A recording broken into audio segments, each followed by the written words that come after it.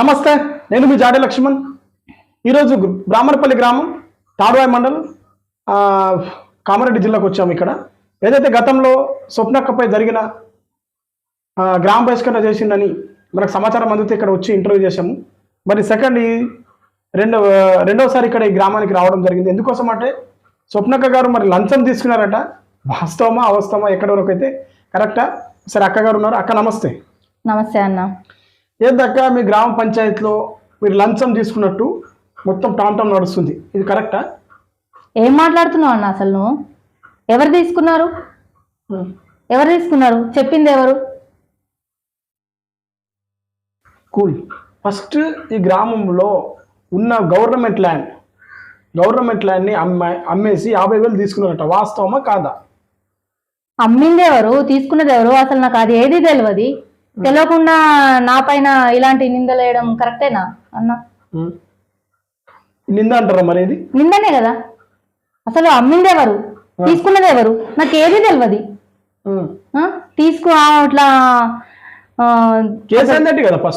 Case పెట్టారు. అసలు అమ్మంగా నాకు తెలియదు. అసలు ఎవరు అమ్మారు, ఎవరు తీసుకున్నారు అది తెలియదు. ఏదో ప్రజలు బయట ఊరు ప్రజలు ఏదో అమ్మినరట అని వినడమే గాని అసలు నాకు అది తెలియదు, ఇది తెలియదు. కేసు నా పైన పెట్టిరు. నా పైన అంటే గ్రామ పంచాయతీలో నేను కూడా ఉన్నాను కదన్నా. సపరేట్ మా పైన కాదు, గ్రామ పంచాయతీ పైన అంటే నేను గ్రామ పంచాయతీ మెంబర్ని, ఒక ward member, sarpanch, MPTC, ward member అందరి పైన పెట్టిరు. అందరు కలిసి తిన్నారా? మరి ఇది అందరు కలిసి తింటే అందరి పైన అంటే అందరు కలిసి తిన్నప్పుడు నేను లేను కదా, నాకు కోపం రాదా? అందరు తిన్నారా? నువ్వెట్లా అడుగుతున్నావు అన్న?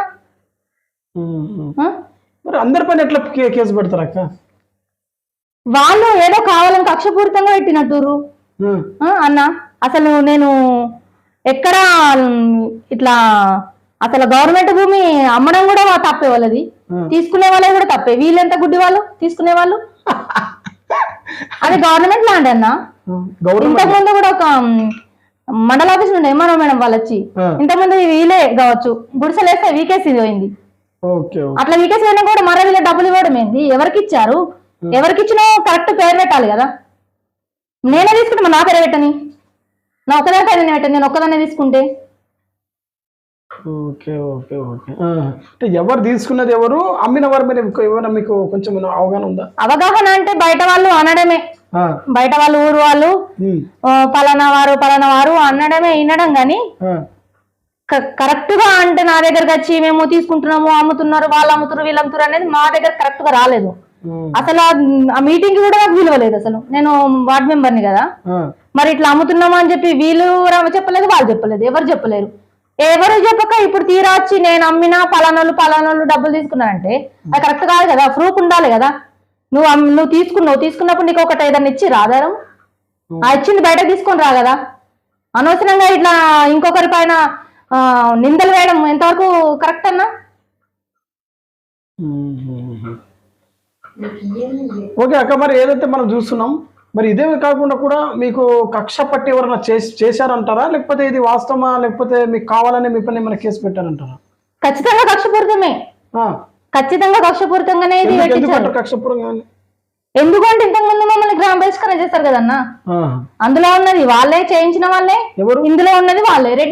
రెడ్డిస్ అందరు లేరు, కొందరు రెడ్డిస్. ఖచ్చితంగా రెడ్డిస్ అని చెప్తా నేను. అంటే గ్రామ బహిష్కరణ చేసింది వాళ్ళే, అప్పుడు వాళ్ళే. అందులో ఉన్నది కూడా వాళ్ళే, చేయించింది కూడా వాళ్ళే, మమ్మల్ని గ్రామ బహిష్కరణకు గురి చేసింది కూడా వాళ్ళే. ఇప్పుడు కూడా ఈ కేసు అంటే లంచం తీసుకున్నదన్న కేసు కూడా చేసింది కూడా వాళ్ళే. ఇప్పుడు నేనే తీసుకుంటే ఖచ్చితంగా నేనే తీసుకున్నా అని చెప్పి నా పైన నాకు ఆ డబ్బులు 50,000 అంటారు కదన్న మీరు, ఆ 50,000 నా చేతికి ఇవ్వండి. ఏదైనా ఎవిడెన్స్ ఉందా? లేదా ఇంకా ఏదైనా ఉందా ప్రూఫ్?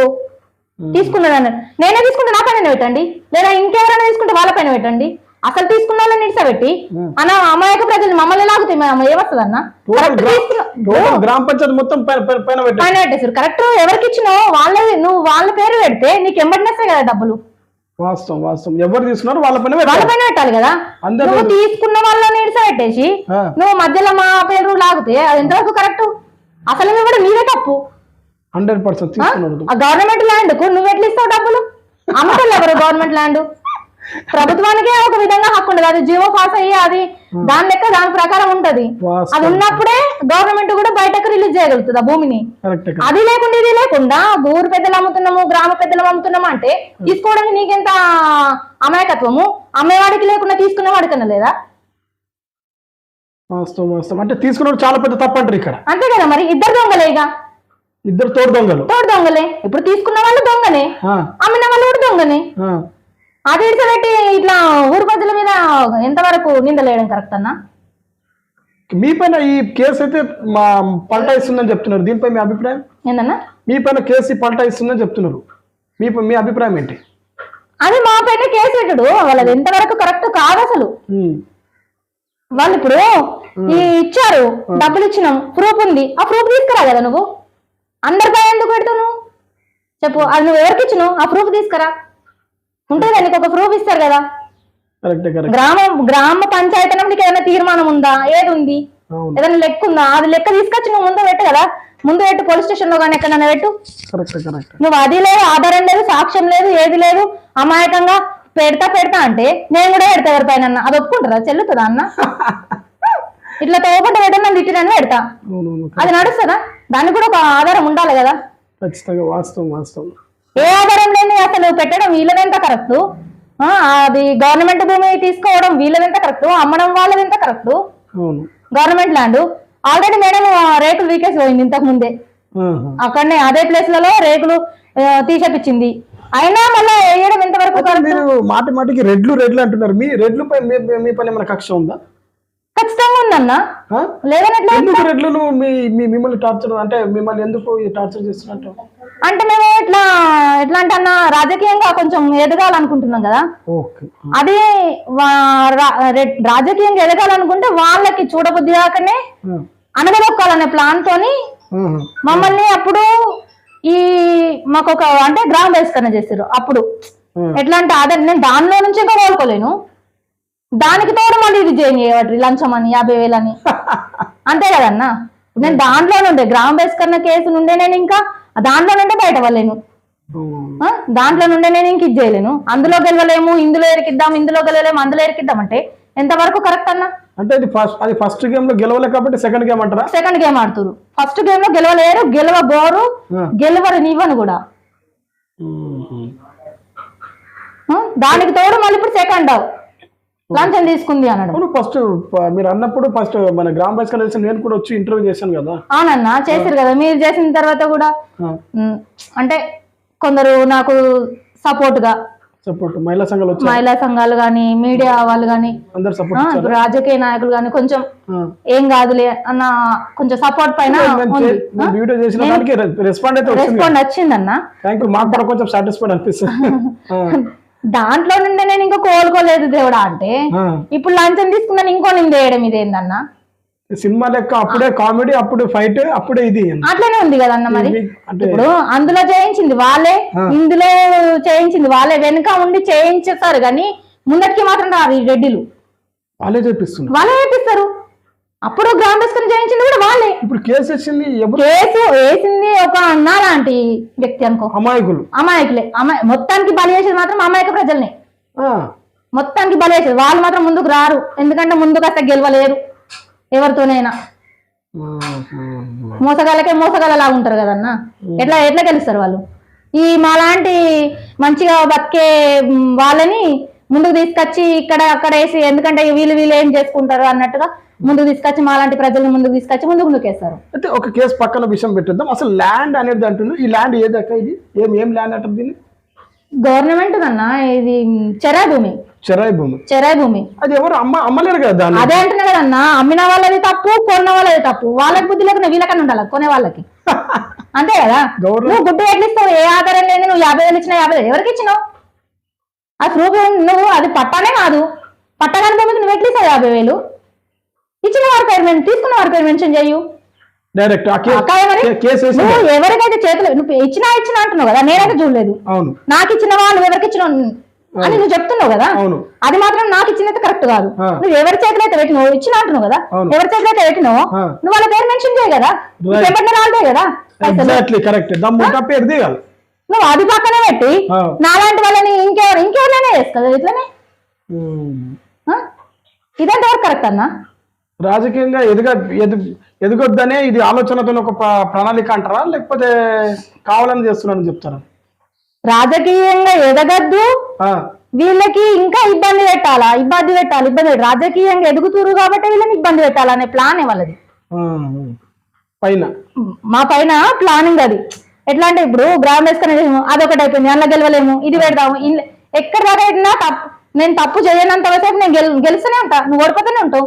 నువ్వు ఏదో ఒకటి నిందలు మోపి నా పైన నూపుతా అన్నా కానీ అది కరెక్ట్ కాదు కదా. కానీ ఒక ఆడమ్మ మీద ఇంత టార్చర్ పెట్టుకోవడం ఎంతవరకు కరెక్ట్ అక్క? వాళ్ళకే అట్లా పెట్టాలనిపిస్తుంది ఇక.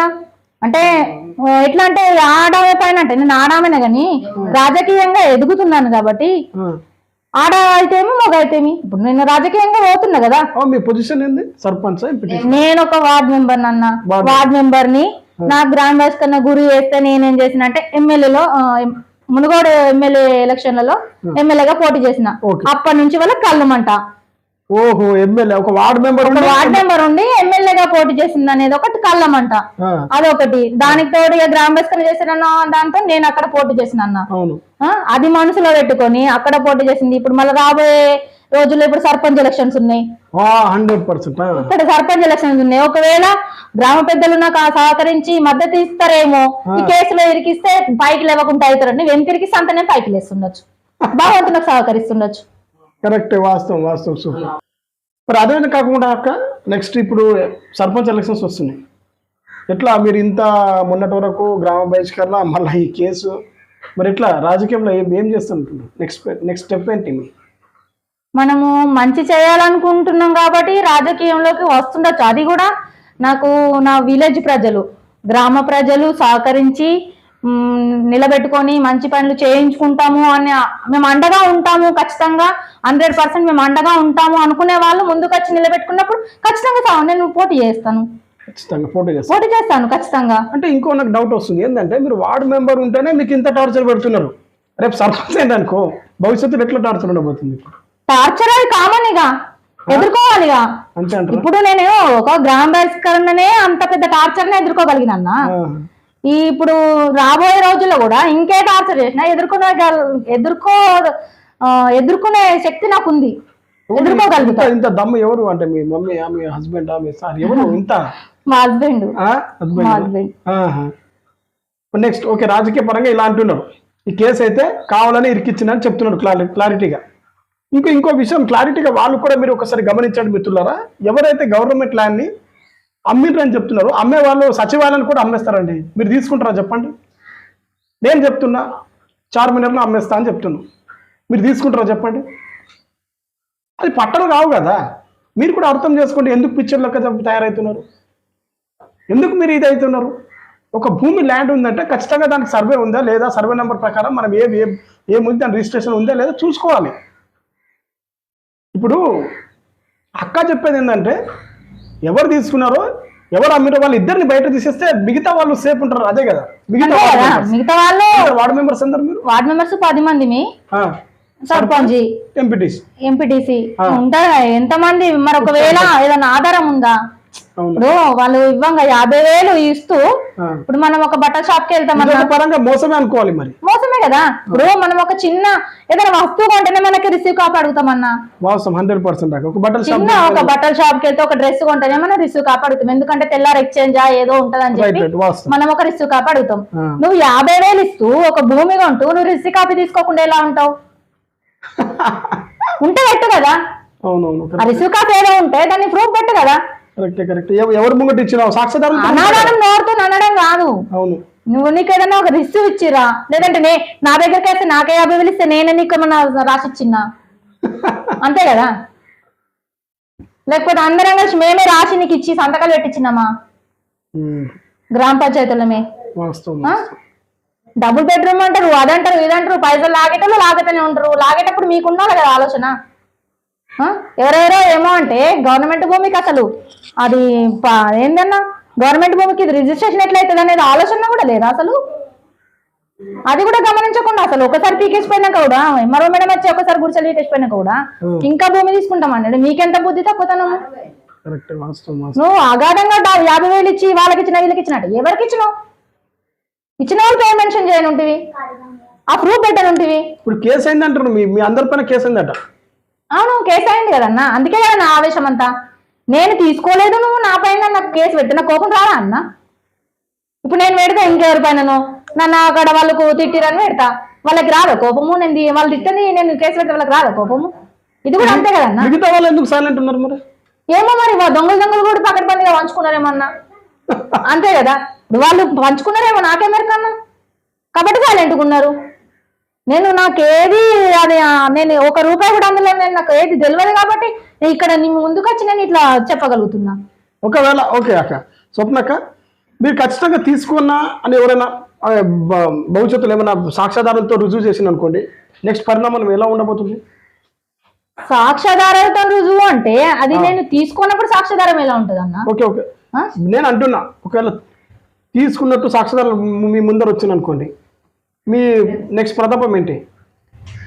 అది తేని కదా, అసలు సాక్ష్యాధారం దేని కదా నేను తీసుకున్నట్టుగా. ఏ శిక్షకైనా సిద్ధమా మీరు? నేను తీసుకున్నట్టు నేను ప్రూఫ్ అది ఉత్తగానే ఉండదన్నా. ఇప్పుడు నేను తీసుకోలేదు, నేను ఖచ్చితంగా ప్రూఫ్ ఉన్నది ఏది లేదు, నేను తీసుకోలేదు, నాకు ప్రూఫ్ లేదు, నాది ఆధారం అనేది నాకు ఖచ్చితంగా నాకు తెలుసు కాబట్టి నేను చెప్తున్నా.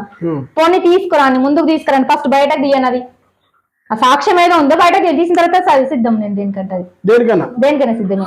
ఫస్ట్ అది రావాలా, అది ఇచ్చిన వారు తీసుకున్నవారు ఆ ఆధారము ప్రూఫ్ ఒక కాపీ అదే ఉంటే అది బయటకు రావాలా అన్న. మీరు ఇప్పుడు ప్రూఫ్ ఉంటే ఆధారం ఉంటే మీరు దేనికైనా సిద్ధమా అని నన్ను అడిగారు కదా, దేనికైనా సిద్ధము అవుతూ అది ఒకవేళ నేను కరెక్ట్ కాదని ప్రూఫ్ లేని ఏడల నేను పరువు నష్టం దావా కేసు పెడతా రిటర్న్.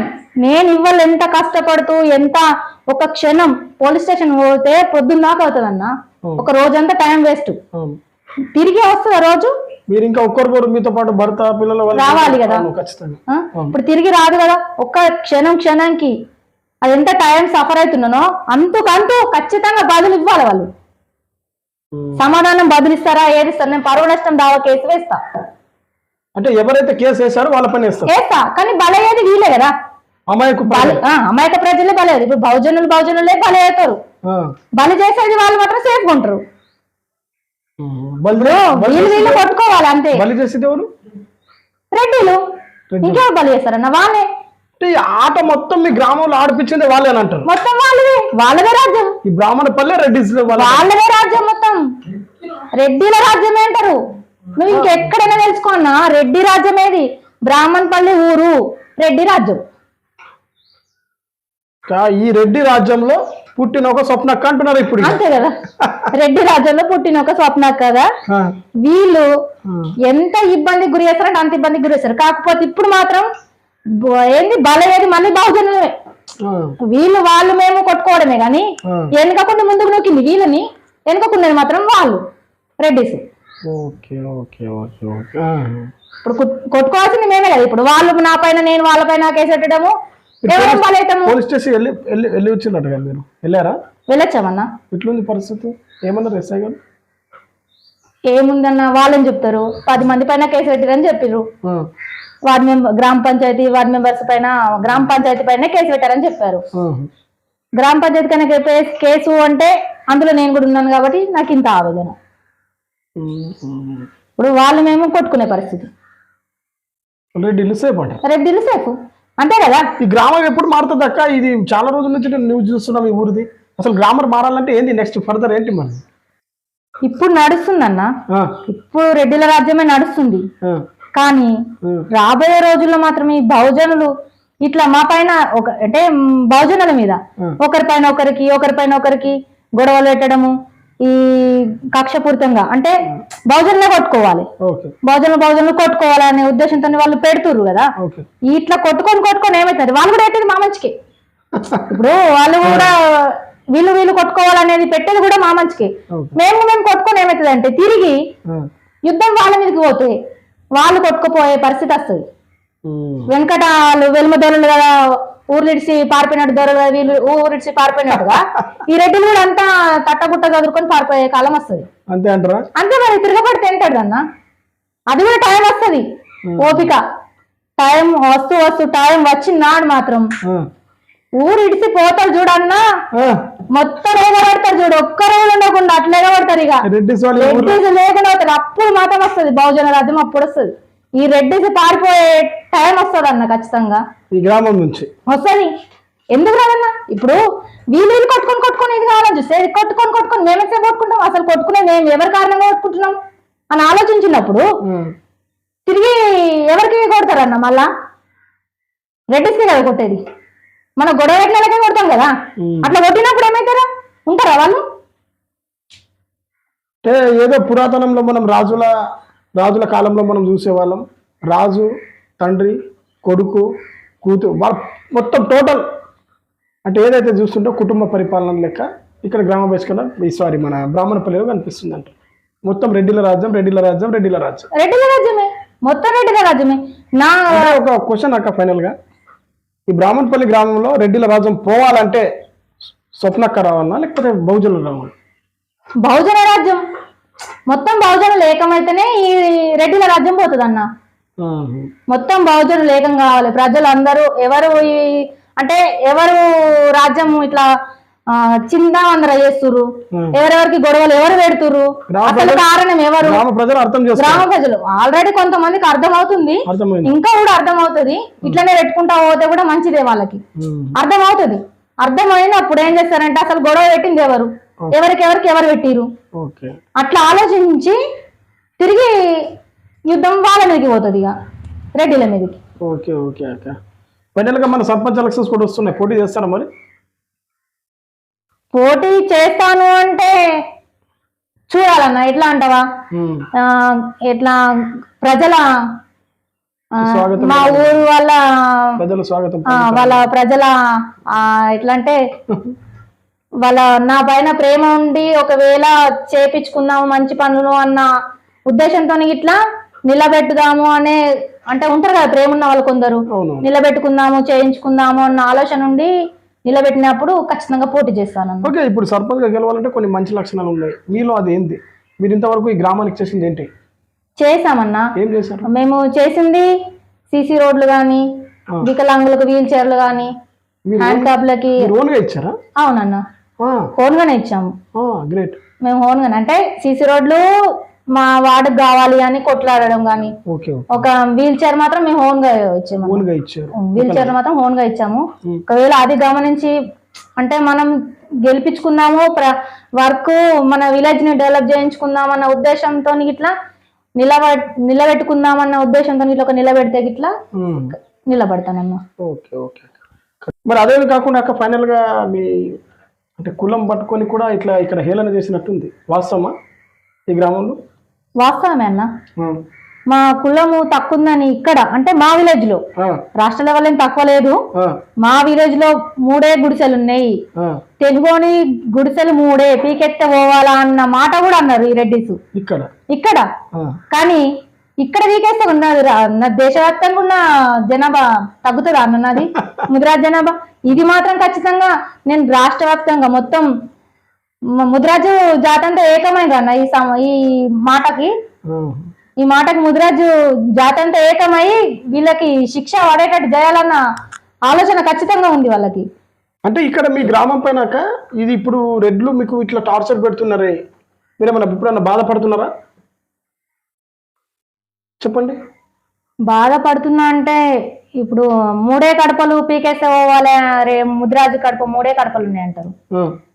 అది బాధ అనిపించినా కానీ నా ఊర్లో 3 కడపలు ఉండొచ్చు, వేరే ఊర్లలో మొత్తం రెడ్డి లేని ఇల్లు ఊరు కూడా ఉంది కదా. ఒక్క రెడ్డి ఇల్లు లేని కూడా ఉన్న ఊరు కూడా ఉంది. అక్కడ ఒక్క ఊర్లో 2 గడప ఉంటది రెడ్డిలది. అక్కడ మా ముదిరాజు బిడ్డలు మిమ్మల్ని కడపలో పెట్టుకొని చూసుకోలేదా? ఇక్కడ 3 గడపలు నేను హేళన చేస్తున్నావు, దేశవ్యాప్తంగా గుర్తిస్తున్నావా? అక్కడ మిమ్మల్ని మేము కడపలో పెట్టుకొని చూసుకున్నాం కదా. మీ 2 కడపలే ఉన్న దగ్గర, మా ముదిరాజు జాతి ఎక్కువ ఉన్న దగ్గర మిమ్మల్ని మేము కడపలో పెట్టుకొని చూసుకోవట్లేదా? మరి మేము అక్కడ మిమ్మల్ని టైట్ చేస్తే ఇప్పుడు మాకిడ మూడే మనలో మనకు గొడవలు అయితే అంతేనా అన్న? ఇప్పుడు మాకిడ మూడే కడపలు ఉన్నాయని చెప్పి మమ్మల్ని ట్యాగ్ చేస్తున్నావు. నీ కడప ఒక విలేజ్ లో 2 కడపలు ఉంటాయి, అక్కడ మా ముద్రాజ్ బిడ్డలు మిమ్మల్ని ట్యాగ్ చేస్తే మీరే బతకగలుగుతారా?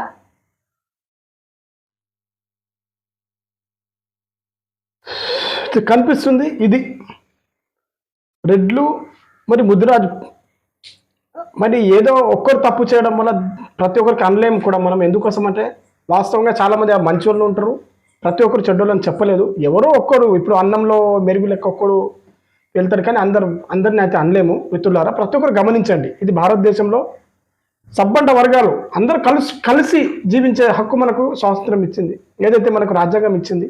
దానివల్ల ఒక రాజ్యాంగం ప్రకారమే మహిళ ముందుకు వస్తుంది. కానీ ఆమె కావాలని టార్చర్ పెట్టడం ఇదైతే సబబు, ఇది కరెక్ట్ కాదు. అక్క ఫైనల్గా మీరు ఏమనుకుంటున్నారు? ఇక మా ఛానల్ తరపు నుంచి ఏం చెప్పాలనుకుంటున్నారు? రెడ్డిలకు మాత్రం ఖచ్చితంగా సవాల్ విసురుతున్నా. ఎందుకు అంటే ఇలా మా ముదిరాజు బిడ్డల్ని కానీ చిన్న వర్గాలని వారు కానీ అందరినీ బహుజన బిడ్డల్ని అనగదొక్కాలని చూస్తున్నారు కదా. మీరు అనగదొక్కుతారు కానీ మేము ఇప్పుడు అణచబడుతున్నాము. మేము తిరిగినాడు మీరు కూడా అణచబడతారు. ఖచ్చితంగా మీ తప్పుడు ప్రవర్తనను, అందరు లేరు రెడ్డిసు, కొందరు మాత్రమే ఉన్నారు, వాళ్ళ ప్రవర్తన ఖచ్చితంగా మారాలి. మారని ఎడల బహుజన రాజ్యం తిరగబడుతుంది. ఖచ్చితంగా మారాలి. వీళ్ళే 3 గుడిసెలు ఉన్నాయి, వాళ్ళే 3 ఉన్నాయి, అట్లా కరెక్ట్ కాదు. మారాలి. ఇంకెప్పుడు మారుతారు వీళ్ళు? ఖచ్చితంగా మారాలి. రెడ్డిస్ అనే వాళ్ళు కొందరు ఉన్నారు, తప్పుడు ప్రచారాలు, తప్పుడు కేసులు పెట్టియడాలు, ఇట్లా వీళ్ళ గొడవలు పెట్టాలనుకునే వాళ్ళు కొందరు ఉన్నారు. తప్పుడు బుద్ధి వాళ్ళది, చిల్లర బుద్ధి అంటారు దాన్ని. ఓకే, ఇదండి ఏదైతే ఈరోజు స్వప్నక్కతో ఇంటర్వ్యూ చేశామో నిజంగా చాలా హ్యాపీ అనిపించింది అక్క. ఎందుకోసం అంటే మీకు ఏది వచ్చినా ఖచ్చితంగా మా ఛానల్ తరపు నుంచి కలిసి మేము మద్దతు ఇవ్వడానికి మేము రెడీ ఉన్నాం. మీలాంటి వాళ్ళు రాజకీయంగా ఎదగాలని మేము చూస్తున్నాం అక్క. ఎందుకోసం అంటే మీలాంటి వాళ్ళు రాజకీయంలో ఎదిగితే మంచి సేవా కార్యక్రమం కూడా మీరు గతంలో మేము చేసిన సేవా కార్యక్రమం మాకు తెలుసు. మీరు ఇంకా రాజకీయంలో పైకి ఎదగాలని కోరుకుంటూ ఆ మనసు దేవుని కోరుకుంటూ మరొకసారి మాకు అవకాశం ఇచ్చినందుకు ప్రత్యేక ధన్యవాదాలు అక్క. జై హింద్. ఇదే అండి ఏదైతే మనం చూస్తున్నామో రాష్ట్ర వ్యాప్తం ఇక్కడనే కాదు ఎక్కడ కూడా మనం రాజకీయంగా కావచ్చు, డబ్బు పరంగా కావచ్చు, బిజినెస్ పరంగా కావచ్చు, ఏదైనా ఎదగాలనుకుంటే తొక్కే వాళ్ళు చాలా మంది ఉంటారు. మీరు గమనించండి, ప్రతి ఒక్కరు గమనించండి. ఎంత కష్టమైనా భరిస్తూ ఆ పోరాటాన్ని మీరు కొనసాగిస్తూ ఆ పోరాటాన్ని బాధను కంట్లో పెట్టుకుంటూ నీళ్లు తీస్తూ బయట మీ అడుగు ముందుకు వేయడమే మీ లక్ష్యం. ఒక విజయాన్ని మీరు చేరుకోవాలంటే ఎగ్జాంపుల్కి స్వప్నక్క నిజంగా మీకు శతకోటి వందనాలు అక్క. ఎంత ఏం చేసినా మాత్రం మీరు తిరుగు మాత్రం ఇది చేయట్లేదు. మా ఛానల్ కూడా ఖచ్చితంగా మీకు సపోర్ట్ ఉంటుంది. ఇంకా చాలామంది మీకు సపోర్ట్ ఉన్నారు. ఎందుకోసం అంటే ఈ ప్రజలు టోటల్ తెలంగాణ ప్రజలు మీ గ్రామం సపోర్ట్ లేకపోయినా చాలామంది గ్రామ పెద్దలు ఇక్కడ కొందరు అంటున్నారు కదా, కొన్ని వర్గాల వాళ్ళు మీకు సపోర్ట్ లేకపోయినా మేము మాత్రం ఎక్కడెక్కడి నుంచో కళాకారులు మా నుంచి మంచి మంచి కళాకారులు మా లాంటి వాళ్ళు ఉన్నారక. మీ ప్రోగ్రామ్ మీకు పాటలు పాడడానికి మేము సిద్ధంగా ఉన్నాము. తెలంగాణ ప్రజలు మీరు వెంట ఉన్నారు. మీరు రాజకీయంగా మంచిగా ఎదగండి. మహిళలు ఇంకా ముందుకు రావాలి. ప్రతి ఒక్క మహిళ వచ్చే రాబోయే ఎలక్షన్లో ప్రతి ఒక్క మహిళలు ముందుకు రావాలని కోరుకుంటూ చూస్తూనే ఉండండి. కెమెరామెన్ రమేష్తో నేను మీ జాడి లక్ష్మణ్.